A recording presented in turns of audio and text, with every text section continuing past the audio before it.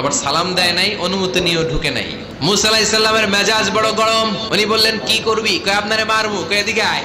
মালাকুল মাউত মনে মনে ভাবে, এতদিন সব মানুষগুলো আমারে দেখলে দিত দৌড়, আজকে মনে হয় আমারে দিতে হবে দৌড়। সাহস করে সামনে গেলেন, আবার মুসা আলাইহিস সালাম দিলেন এরকম থাপ্পড়। বুখারীর বর্ণনা, এক থাপ্পড়ে চোখ নাই। ঠিকই মালাকুল মাউত দৌড়, এক দৌড়ে আল্লাহর কাছে। আল্লাহ বললেন, রাখো, এটা মুসা আলাইহিস সালাম, তার মেজাজ বড্ড গরম, আমাকে কথা বলতে হবে। আল্লাহ বললেন, মুসা, বুখারীর বর্ণনা, গরুর পিঠের উপর হাত রেখে দাও। তোমার হাতের নিচে গরুর যত পশম, প্রত্যেক পশমের বিনিময়ে এক এক বছর করে হায়াত বাড়িয়ে দিলাম।